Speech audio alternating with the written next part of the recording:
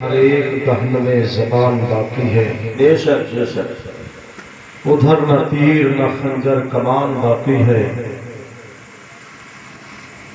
ادھر ہر ایک دہن میں زبان باقی ہے۔ عجیب جنگ ہے یہ جنگ کربلا جس میں، عجیب جنگ ہے یہ جنگ کربلا جس میں، عجیب جنگ ہے یہ جنگ کربلا جس میں، کٹا جو سر وہی خاندان باقی ہے۔ سبحان اللہ بے شک عجیب جنگ ہے یہ جنگ کربلا جس میں، عجیب جنگ ہے یہ جنگ کربلا جس میں، کٹا جو سر وہی خاندان باقی ہے۔ سبحان اللہ کٹا جو سر وہی خاندان باقی ہے۔ لودھی پور والوں، اگر اس شعر پر میں آپ سے گفتگو کروں تو 2-4 گھنٹہ میں اس شعر پر ہی آپ سے گفتگو الحمدللہ کر سکتا ہوں۔ عجیب جنگ ہے یہ جنگ کربلا جس میں، کٹا جو سر وہی خاندان باقی ہے۔ بے شک حسینی تیور لے کر کے بیٹھے ہو، ایک شعر اور سماعت کریں آپ، ایک شعر اور سنیے۔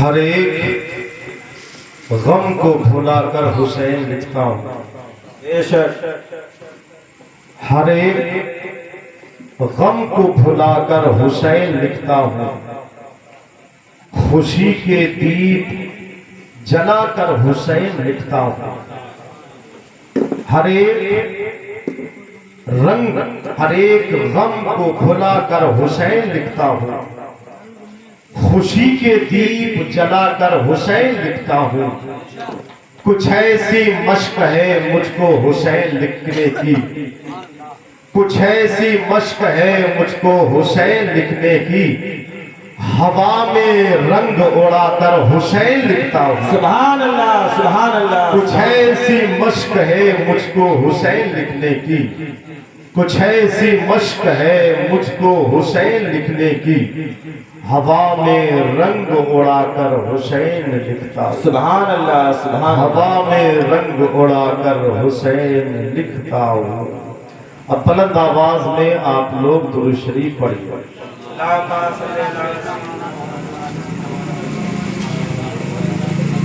علیہ الصلوۃ والسلام علیک یا رسول اللہ۔ کچھ چیزوں سے بشئی کچھ چیزوں سے ہم تمہیں آزمائیں گے۔ من الخوف، ان چیزوں میں پہلا جو ذکر کیا اللہ نے فرمایا بشئی من الخوف، کچھ چیزوں سے آزمائیں گے جس میں ہے خوف، ڈر، اس سے ہم تمہیں آزمائیں گے۔ اس لیے آزمائیں گے کہ ہم دیکھیں تمہارے سینوں میں، تمہارے ہردے میں، تمہارے دل میں ہمارا خوف ہے کہ نہیں۔ بے شک بے شک فرمایا اللہ نے وَالْجُوعِ وَنَقْصٍ مِّنَ الْأَمْوَالِ، اور ہم تمہیں مال کی کمی سے اور بھوک سے ہم تمہیں آزمائیں گے۔ بے شک بے شک وَالْأَنفُسِ وَالثَّمَرَاتِ، اور ہم تمہاری جانوں سے تمہیں آزمائیں گے، اور پھلوں کی کمی سے ہم تمہیں آزمائیں گے۔ یہاں پھلوں میں آپ لوگ اپنا اناج و غلہ بھی شامل کر لو، کسانی کرنے والے کسان لوگ یہ بھی شامل کر لیں اس میں۔ ہاں، کیا فرمایا اللہ نے؟ ہم تمہیں آزمائیں گے خوف سے، بھوک سے، ڈر سے، اور مال کی کمی سے، اور تمہاری جانوں سے، اور پھلوں کی کمی سے ہم تمہیں آزمائیں گے۔ یہ ساری چیزوں کا ذکر اللہ نے قرآن میں کیا اور یہ بڑی مشہور و معروف قرآن کی آیت ہے. اکثر ہمارے ائمہ اس آیت کو حالت نماز میں قرأت کی شکل میں تلاوت کرتے ہیں. اللہ نے قرآن میں جو فرمایا ہم تمہیں آزمائیں گے، گویا کہ اللہ تعالیٰ اہل بیت اطہار کو ہر ایک چیز سے آزما رہا ہے.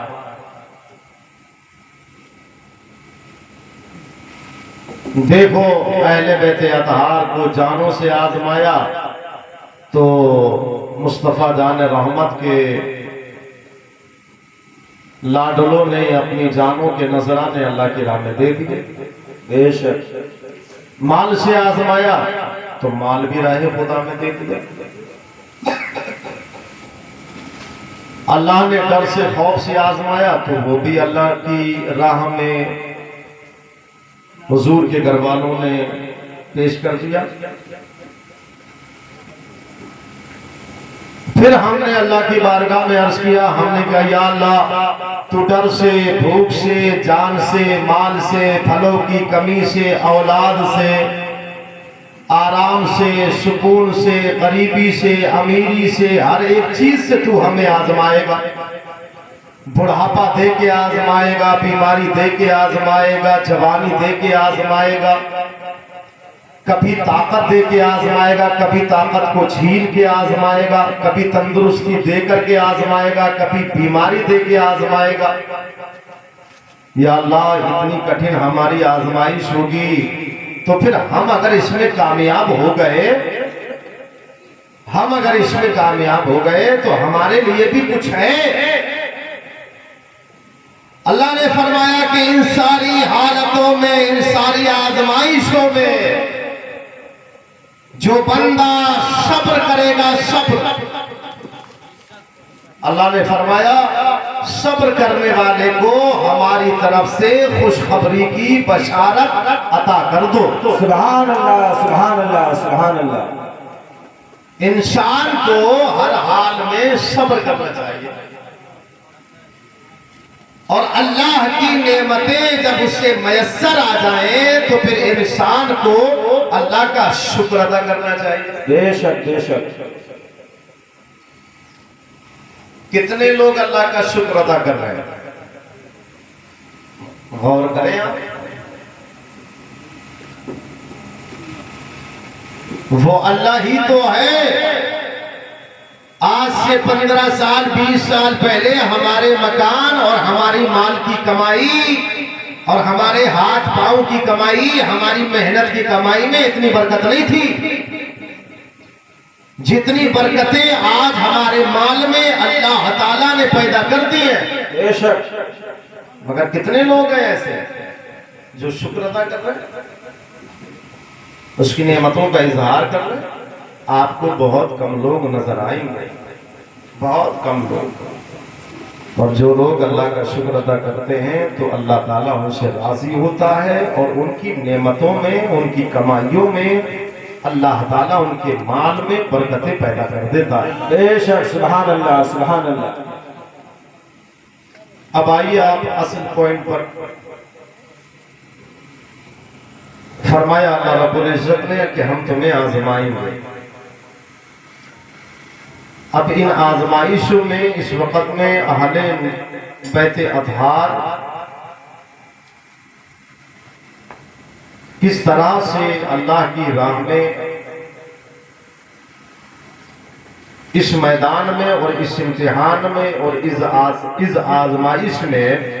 اس آزمائش میں کیسے کامیاب ہونے کے لیے رات و دن محنت کر رہے ہیں، قربانیاں دے رہے ہیں، صبر کر رہے ہیں، شکر کر رہے ہیں، مگر کسی سے کسی طرح کا کوئی گلہ شکوہ نہیں کر رہے ہیں. بے شک. کوفہ کی زمین، اور کوفہ کی زمین پہ حضرت امام مسلم رضی اللہ تعالی عنہ حضرت عقیل کے بیٹے. ایک تھوڑی سی جھلک اور آپ کے سامنے ہم رکھ دیتے ہیں. حضرت امام مسلم رضی اللہ تعالی عنہ یہ حضرت عقیل کے بیٹے ہیں، اور حضرت عقیل جو ہیں یہ ابو طالب کے بیٹے ہیں. ابو طالب اور ابو طالب کے لیے ہم حضرت نہیں لگا سکتے. اس لیے نہیں لگا سکتے کہ انہوں نے بظاہر حضور کو گود میں تو لیا تھا، لیکن نبی پاک صلی اللہ علیہ وسلم کے اعلان نبوت کے بعد کلمہ نہیں پڑھا تھا. ابو طالب حامی تھے، حمایت میں تھے، احساس کرتے تھے. ابو طالب خیال رکھتے تھے حضور کا، مگر کلمہ پڑھنے کے تعلق سے صحاح ستہ میں کوئی بھی حدیث نظر نہیں آتی. اس لیے ہم جناب ابو طالب تو کہتے ہیں، مگر ان کے ساتھ ہم حضرت نہیں لگا سکتے. ابو طالب کون ہے؟ ابو طالب ہمارے اور آپ کے نبی کے بالکل سگے چچا. بے شک. بہت دھیان سے سننا آپ لوگ باتیں، بالکل سگے چچا. ان کے بیٹے عقیل اور عقیل کے بیٹے حضرت امام مسلم رضی اللہ تعالیٰ عنہ، اور حضرت مسلم رضی اللہ تعالیٰ عنہ کوفے کی زمین پر جانشین، امام حسین کے نائب امام حسین کے. دروازے رات کی تاریکیوں میں سارے کے سارے بند ہو گئے، کھڑکیاں بند ہو گئے. اب رات کے سناٹے میں ادھر گلی پہ نظر ڈالی، ادھر گلی پہ نظر ڈالی، ادھر گلی پہ نظر ڈالی. ایک راستے میں حضرت امام مسلم رضی اللہ تعالیٰ عنہ کھڑے ہیں. جب ہر طرف نظر ڈالنے کے بعد میں کوئی دروازہ، کوئی کھڑکی، کوئی آدمی امید کے لائق نظر نہیں آیا، تو حضرت امام مسلم رضی اللہ تعالیٰ عنہ کوفہ شہر میں رات کی تاریکی میں راستہ پکڑ کے چل دیے. راستہ پکڑ کے جب چلے تو اسی رات کے سناٹے میں ایک دروازے پر ایک بوڑھی عورت سیڑھیوں پہ بیٹھ کر کے اپنے ایک بگڑے ہوئے بیٹے کا انتظار کر رہے. بگڑے ہوئے بیٹے کا. میں نے اس پر 2-4 باتیں آپ کے سامنے رکھی تھیں کل، ہے نا. میں نے آپ سے کہا تھا کہ ماں باپ بڑی قربانیاں دیتے ہیں. آج بھی میں نے ایک جگہ محفل میں اس بات کا ذکر کیا تھا کہ ماں باپ واقعی بڑی قربانیاں دیتے ہیں اولاد کے لیے. اور ماں باپ کتنی قربانیاں دیتے ہیں اس کی قدر اور اہمیت اولاد کو تب ہوتی ہے جب ماں یا باپ دونوں میں سے کسی ایک کا سایہ سر سے اٹھ جاتا ہے. تب احساس ہوتا ہے کہ ماں ہمارے لیے، باپ ہمارے لیے کیسا پہاڑ تھا، اور کتنی ہمت والے ہمارے لیے ہماری ماں اور ہمارے باپ تھے. اپنے بگڑی ہوئی اولاد کا انتظار. اس جملے پہ آپ تھوڑا سا غور کرنا. اگر ہم اسی جملے کو پکڑ کے بات کریں تو بہت لمبی باتیں کھل سکتی ہیں، مگر چونکہ ہم چاہتے ہیں بس اتنا جملہ یاد رکھیے گا کہ بگڑی ہوئی اولاد نہ ماں باپ کی نظر میں محبوب ہوتی ہے، اور نہ معاشرے کی نظر میں محبوب ہوتی ہے، اور نہ ہی حضور کی نظر میں پسند ہے، اور نہ اللہ کی بارگاہ میں پسند ہے. کیوں؟ کیونکہ وہ بگڑی ہوئی ہے. بعض لوگ ایسے ہیں جو غربت کی وجہ سے بگڑ گئے، اور بعض لوگ ایسے ہیں کہ دولت کے نشے کی وجہ سے بگڑ گئے. خرابی دونوں کے اندر ہے، مگر سب سے بڑی خرابی اس کے اندر ہے جس کو اللہ نے دولت دی اور بگڑ گیا دولت کے نشے میں. اب کسی کے وقار، کسی کی عزت، کسی کے مرتبے کا اسے خیال نہیں ہے، اتنا بگڑ گیا دولت. یہ بگڑی ہوئی اولاد ہے. مگر ایک بوڑھی ماں اپنی بگڑی ہوئی اولاد کے انتظار میں رات کے سناٹے پہ دروازے کی سیڑھیوں پہ بیٹھ کے انتظار کر رہی ہے. حضرت امام مسلم رضی اللہ تعالیٰ عنہ رات کے سناٹے میں آ رہے تھے، سیڑھیوں پر بیٹھی ہوئی یہی بوڑھی عورت نظر آئی. قریب آئی. جیسے ہی قریب آئے، قریب آ کر کے سلام کیا. سلام کرنے کے بعد میں عرض کیا، کہا کہ میں بڑا پیاسا ہوں میں، مجھے پانی کی طلب ہے، گلا میرا خشک ہے، ہونٹ میرے خشک ہو گئے ہیں. ایک گلاس پانی اگر آپ کے گھر کا مجھ کو میسر آ جائے تو زندگی میں کبھی میری اور آپ کی ملاقات ہو گئی تو میں اس احسان کا بدلہ دنیا ہی میں دے دوں گا۔ بے شک اور اگر میری اور آپ کی ملاقات زندگی میں نہ ہو سکی تو روز محشر میں آپ کو اس کا بدلہ ضرور دلواؤں گا۔ بے شک سبحان اللہ۔ حضرت امام مسلم رضی اللہ تعالیٰ عنہ نے اتنا کہا تو وہ بوڑھی عورت فوراً سیڑھیوں سے اٹھی، گھر کے اندر گئی، گلاس میں پانی لائی، لانے کے بعد میں حضرت امام مسلم کو دیا۔ حضرت امام مسلم رضی اللہ تعالیٰ عنہ نے بیٹھ کر کے 3 سانس میں وہ گلاس کا پانی پیا۔ بیٹھ کے پانی پینا، بیٹھ کے کھانا کھانا سنت ہے۔ 3 سانسوں میں پانی کا پینا سنت ہے۔ زمزم کا پانی جو ہے وہ ایک ہی سانس میں قبلہ کی طرف چہرہ کر کے کھڑے ہو کر کے پینا، یہ سنت ہے۔ حضرت امام مسلم رضی اللہ تعالیٰ عنہ نے گلاس کا پانی 3 سانسوں میں پیا اور پینے کے بعد میں گلاس واپس کر دیا۔ بوڑھی عورت نے گلاس کو لیا، نام اس کا توعہ تھا، گلاس کو لیا، اندر رکھنے کے لیے گئی، خیال تھا کہ جس مسافر کو میں نے پانی پلایا ہے وہ مسافر اب میری دہلیز سے، میرے دروازے سے چلا گیا ہوگا۔ لیکن حضرت امام مسلم رضی اللہ تعالی عنہ کو اسی سیڑھی پر بیٹھا ہوا جب بوڑھی عورت نے واپسی میں اپنے دروازے پر آ کر کے پایا تو قریب بیٹھ گئی اور قریب بیٹھ کر کے پوچھنے لگی کہ تمہارا گھر کہاں ہے، کیا بات ہے، پریشان نظر آتے ہو۔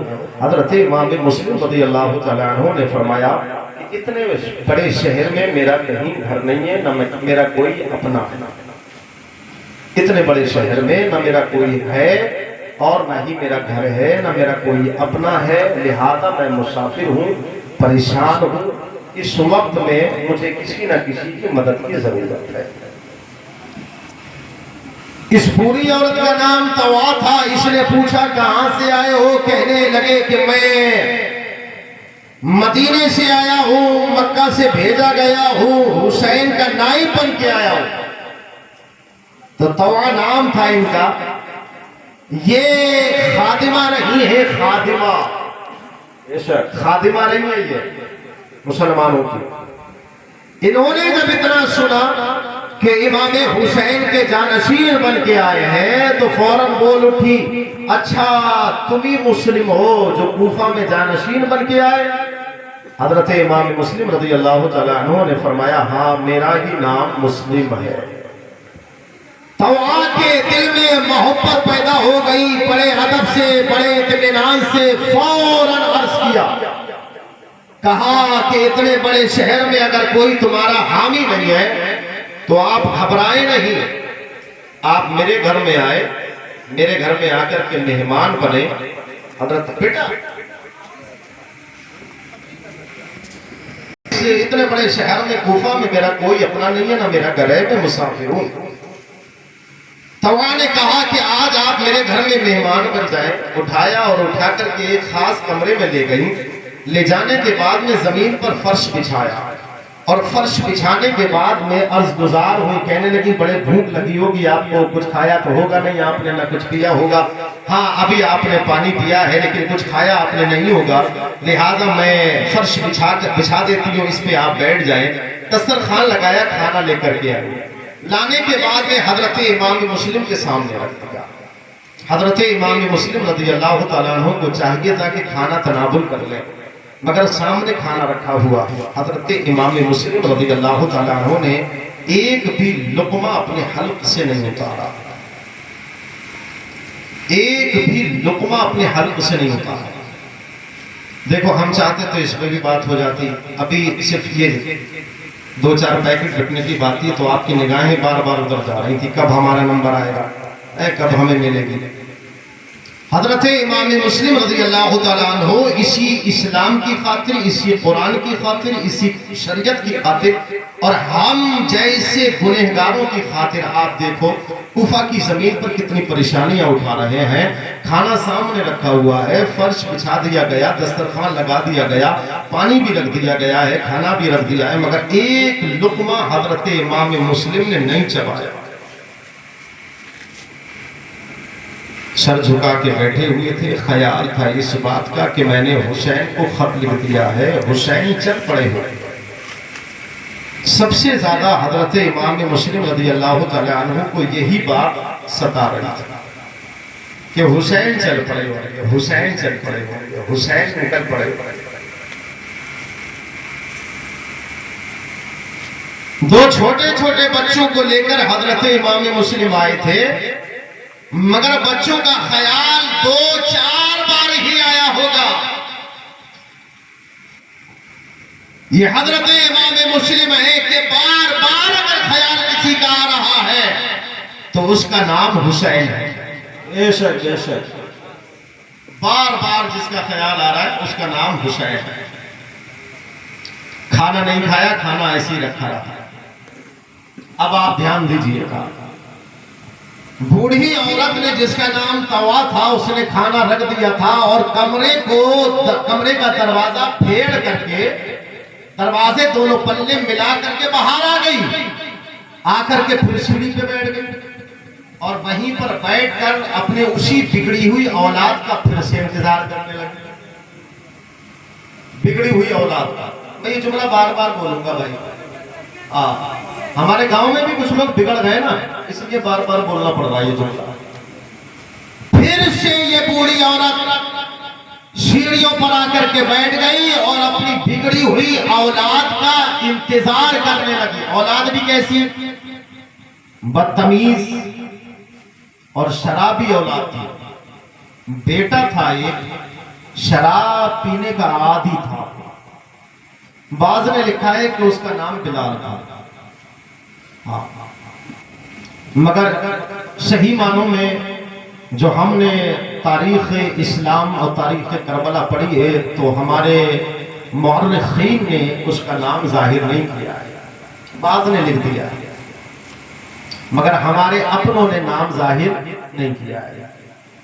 اتنا ہی لکھا ہے کہ بگڑا ہوا اس کا ایک بیٹا تھا جو شراب پیتا تھا، بد اخلاق تھا اور ماں کے ساتھ بدتمیزی کرتا تھا اور نافرمان بیٹا تھا وہ۔ دروازے کے دونوں سرے ملا کر کے پھر سے آئی، سیڑھیوں پہ بیٹھ کر کے انتظار کرنے لگی۔ جب بیٹے کو آتا ہوا دیکھا تو یہ ایک ماں ہے جو اٹھ کر کے کھڑی ہو گئی، اپنی اولاد کو لیا اندر گئی اور لے جانے کے بعد میں کہا ہاتھ دھو لو، بھوکے آئے ہوگے، میں کھانا لگا دیتی ہوں، کھانا کھا لو۔ اپنی بگڑی ہوئی اولاد کو ایک ماں نے کھانا کھلایا اور کھانا کھلانے کے بعد میں فرمایا کہ تم آرام کرو، رات کی تاریکی ہے، رات کا سناٹا ہے، ایک کمرے میں حضرت امام مسلم آرام کر رہے ہیں اور ایک کمرے میں یہ اس کا بیٹا بگڑا ہوا بیٹا آرام کر رہا ہے، مگر ماں بار بار اپنے کمرے کا دروازہ کھول کر بار بار برابر والے کمرے میں جا رہی تھی۔ اس نے بار بار ایک کمرے میں آتے جاتے دیکھا نا تو اسے تھوڑا سا شک ہو گیا۔ اس نے کہا کہ ماں کیا بات ہے، آج سے پہلے میں نے آپ کو اس کمرے میں اتنے چکر لگاتے نہیں دیکھا ہے، کیا بات ہے؟ اس نے پہلے تو انکار کیا، کہا کہ نہیں بیٹا اس سے کوئی بات نہیں ہے، بس یوں ہی موڈ ہو رہا تھا تو بار بار جا رہی تھی۔ کہیں نہیں ماں کوئی تو بات، آپ چھپا رہی ہیں مجھ سے۔ تو اس کی والدہ نے کہا کہ بیٹا امام حسین کے نائب جانشین حضرت مسلم کو آج ہم نے اپنے گھر میں مہمان بنا کر کے رکھا ہے، پناہ دی ہے، لہذا وہ ہمارے گھر کے مہمان ہیں، مگر میں تجھے نصیحت کرتی ہوں کہ کسی سے جاسوسی مت کرنا، کسی کے سامنے جا کر کے ذکر نہ کرنا، تجھے اللہ و رسول کا واسطہ ہے۔ مگر چونکہ یہ شرابی تھا بھائی، یہ شرابی تھا، جو بگڑی ہوئی قوم ہوتی ہے اس کا کوئی بھروسہ تھوڑی ہے، کب منہ سے کیا نکال کے کس کے بارے میں کیا بول کے، بگڑی ہوئی ہے وہ تو۔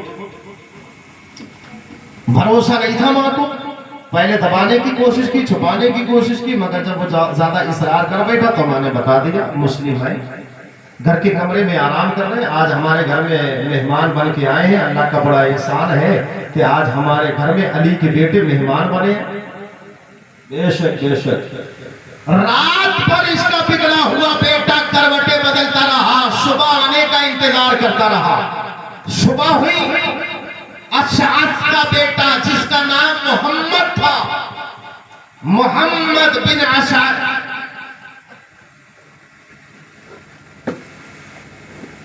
اس کے پاس آیا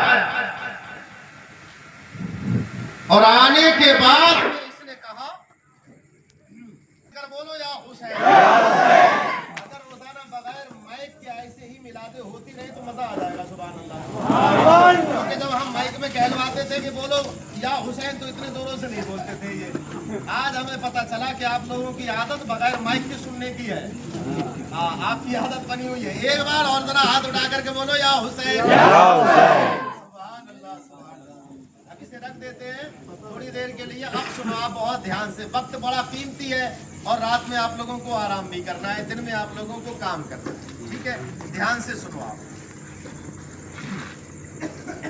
اب اس نے صبح ہونے کا انتظار کیا. جیسے ہی صبح ہوئی یہ محمد بن عاشاس کے پاس پہنچ گیا. اس سے کہا کہ تمہیں کسی بات کی خبر ہے؟ بولا نہیں.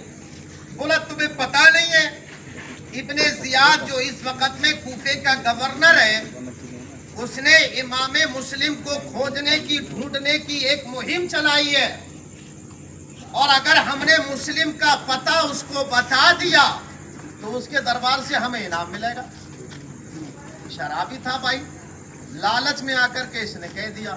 اس نے کیا کام کیا؟ محمد بن عاشس کا سہارا لیا اور سہارا لے کر کے سیدھے یہ قلعے میں گورنر ہاؤس میں پہنچا عبید اللہ ابن زیاد کے پاس.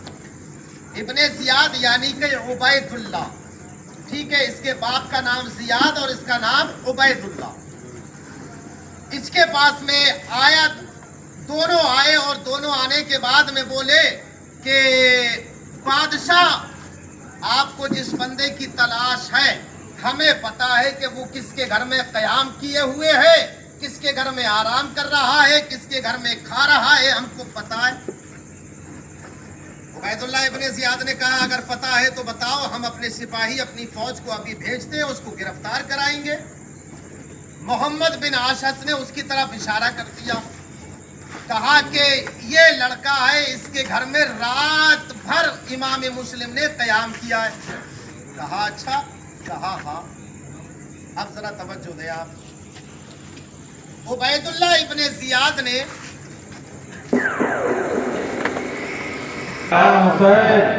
اب عبید اللہ بڑے بالکل مختصر انداز میں آپ کو بتاتے ہیں. عبید اللہ ابن زیاد نے ایک فوج اپنی تیار کی، ایک دستہ تیار کیا، اور دستہ تیار کرنے کے بعد میں محمد بن عاشس کے ساتھ میں روانہ کر دیا. کہا فوراً اس نوجوان کے گھر پر جاؤ، ہمارا پورا دستہ لے جاؤ، فوج لے جاؤ. لے جانے کے بعد میں مسلم کو قیدی بنا کے لاؤ. اگر مسلم زیادہ ہیکڑی دکھائیں، ماننے کو تیار نہ ہو تو پھر اپنی تلوار کی طاقت دکھانا، پھر انہیں جبراً قیدی بنا کر کے لے کر کے آنا. حضرت امام مسلم رضی اللہ تعالیٰ عنہ دوا کے گھر میں آرام کر رہے تھے. صبح کے وقت میں دن کے عالم میں ایک دستہ یزیدیوں کا نکلا. گھوڑے پر سوار ہیں، گھوڑوں کے ٹاپو کو سننے کے بعد میں حضرت امام مسلم رضی اللہ تعالیٰ عنہ نے فوراً خیال کر لیا کہ لگتا ہے ابن زیاد کو میرے یہاں ٹھہرنے کی خبر مل گئی ہے.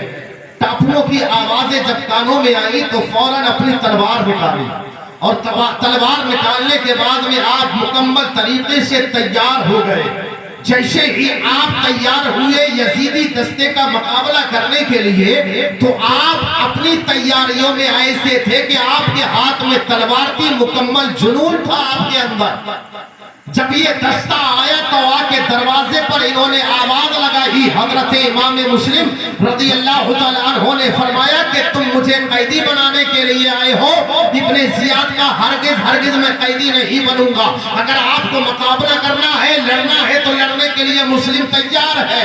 چند لوگ جو ہے اپنے گھوڑے سے اترے اور اترنے کے بعد میں طوع کے گھر میں داخل ہو گئے. یہاں پر گھر کے اندر لڑائی ہو رہی ہے. حضرت امام مسلم رضی اللہ تعالیٰ عنہ اپنی تلوار چلا رہے ہیں، یزیدی دستہ اپنی تلواریں چلا رہا ہے. کئی لوگوں کو حضرت امام مسلم رضی اللہ تعالیٰ عنہ نے واصل جہنم کیا، زخمی کیا. ان میں سے ایک بدبخت تھا جس کا نام تھا بکیر. بکیر کے ساتھ میں کچھ دیر تک امام مسلم رضی اللہ تعالیٰ عنہ کی تلوار چلی ہے. ادھر سے یہ وار کرتا تھا، ادھر سے حضرت امام مسلم وار کرتے تھے. اس وار میں معاملہ یہ آیا کہ بکیر کی ایسی تلوار حضرت امام مسلم رضی اللہ تعالیٰ عنہ کے چہرے پر لگی کہ اوپر کا جو ہونٹ تھا وہ حضرت امام مسلم کا کٹ گیا اور نیچے کا جو ہونٹ تھا یہ تھوڑا سا زخمی ہو گیا اور آگے کے جو دو دانت تھے وہ شہید ہو گئے حضرت امام مسلم رضی اللہ تعالیٰ عنہ کے۔ اب حضرت امام مسلم رضی اللہ تعالیٰ عنہ کو جلال آیا، جلال میں آپ نے بھی بکیر پر ایسا تلوار کا وار کیا کہ اس کو بھی زخمی کر دیا۔ اب جانتے ہو حضرت امام مسلم پر جب زخم لگا تو حضرت امام مسلم اپنے انداز میں تلوار کو گھماتے ہیں، جیسے ہی تلوار کو آپ نے گھمایا اللہ اکبر یزیدیوں کے چھکے چھوٹ گئے۔ اب انہوں نے کیا کیا، کچھ تو باہر نکل گئے اور کچھ جو تھے وہ چھت پہ جا کر کے چڑھ گئے۔ اب چھت پہ یزیدی دستہ چڑھا، ان میں سے کچھ لوگوں نے پتھراؤ کیا اور کچھ لوگوں نے سینٹوں کو باندھا اور باندھنے کے بعد میں اس میں آگ لگائی اور آگ لگانے کے بعد میں امام مسلم رضی اللہ تعالیٰ عنہ کے اوپر پھینکنے لگے، گویا کہ توعہ کی چھت سے پتھر بھی پھینکے جا رہے ہیں، ڈیلے بھی پھینکے جا رہے ہیں، اینٹیں بھی برسائی جا رہی ہیں اور سینٹوں میں آگ لگا کر کے امام مسلم رضی اللہ تعالیٰ عنہ کے اوپر پھینکی جا رہی ہے۔ تب حضرت امام مسلم رضی اللہ تعالیٰ عنہ توعہ کے مکان سے باہر آئے اور باہر آنے کے بعد میں یزیدیوں سے اپنے انداز میں جنگ کرنے لگے۔ اب جنگ کرتے کرتے جیسے ہی یزیدیوں نے دیکھا کہ مسلم پر اس طرح سے قابو نہیں پایا جا سکے گا تو کسی نے کہا کہ اے مسلم تیرے لیے امان ہے، تیرے لیے امان ہے، تیرے لیے امان ہے۔ یہ امان امان کہنے والا کوئی اور نہیں تھا، یہ محمد بن اشعث تھا جس نے فوراً یہ پکارا مسلم اپنی تلوار کو میان میں رکھ لو، ٹھہر جاؤ، تمہارے لیے امان ہے۔ حضرت امام مسلم رضی اللہ تعالیٰ عنہ فرماتے ہیں یہ امان کا لفظ نہ بول، میں جانتا ہوں کہ میرے ساتھ دھوکہ ہوگا، مجھے معلوم ہے میرے ساتھ فریب ہوگا۔ بولا نہیں نہیں مسلم، ہم تم سے وعدہ کرتے ہیں تمہارے لیے امان ہے۔ حضرت امام مسلم رضی اللہ تعالیٰ عنہ اکیلے تلوار چلا رہے تھے اور اتنی بڑی فوج کا مقابلہ تنہا کر رہے تھے، اکیلے مقابلہ کرتے کرتے تھک چکے تھے۔ اللہ اکبر، تھوڑا تھوڑا کانپنے لگے، دیوار کا سہارا لیا اور دیوار کا سہارا لے کر کے حضرت امام مسلم بیٹھ گئے۔ جیسے ہی امام مسلم بیٹھے اب یہ یزیدی دستہ آگے بڑھا، پڑھنے کے بعد قریب بیٹھا محمد بن اشعث آیا، کہنے لگا میں نے آپ سے کہہ دیا ہے آپ کے لیے امان ہے، لہذا اپنی تلوار کو اپنی میان میں ڈال لو۔ حضرت امام مسلم رضی اللہ تعالیٰ عنہ نے اپنی تلوار کو اپنے میان میں ڈال لیا۔ اب جیسے ہی میان میں ڈالا اللہ اکبر، حضرت امام مسلم رضی اللہ تعالیٰ عنہ کو ان یزیدیوں نے لیا اور لینے کے بعد میں چل دیے، گھوڑے پر سوار کیا اور سوار کرنے کے بعد میں امام مسلم کو لے کر کے جا رہے ہیں، ابن زیاد کے دربار میں لے کر کے جا رہے ہیں۔ راستے ہی میں ظالموں نے کیا کیا کہ کمر میں حضرت امام مسلم کے تلوار بندھی تھی، سب سے پہلے کمر میں سے تلوار کھینچی، جیسے ہی امام مسلم رضی اللہ تعالیٰ عنہ کی کمر میں سے تلوار کو نکالا، میرے مسلم نے فرمایا تھا سب سے پہلا دھوکہ یہ ہو گیا، بے شک بے شک، سب سے پہلا دھوکہ یہ ہو گیا، کیونکہ جس چیز سے ہم مقابلہ کریں گے، جو چیز آج ہماری حفاظت کے لیے ہے، جو چیز تم سے مقابلہ کرنے کے لیے ہے، سب سے پہلے تم نے اسی چیز کو اپنے قبضے میں کر لیا۔ امام مسلم رضی اللہ تعالیٰ عنہ نے فرمایا اب تو سراسر میرے ساتھ دھوکہ ہی ہونا ہے، چونکہ تم نے سب سے پہلے میری تلوار چھینی ہے۔ پھر ظالم بولا نہیں مسلم، تمہارے ساتھ کوئی دھوکہ نہیں ہوگا، امان ہے، ہم نے وعدہ کر لیا ہے، امان ہے تمہارے لیے۔ پہنچے دربار ابن زیاد میں، دربار ابن زیاد میں پہنچے، اب وہ منظر نگاہوں میں رکھیے گا، حضرت امام مسلم رضی اللہ تعالیٰ عنہ کے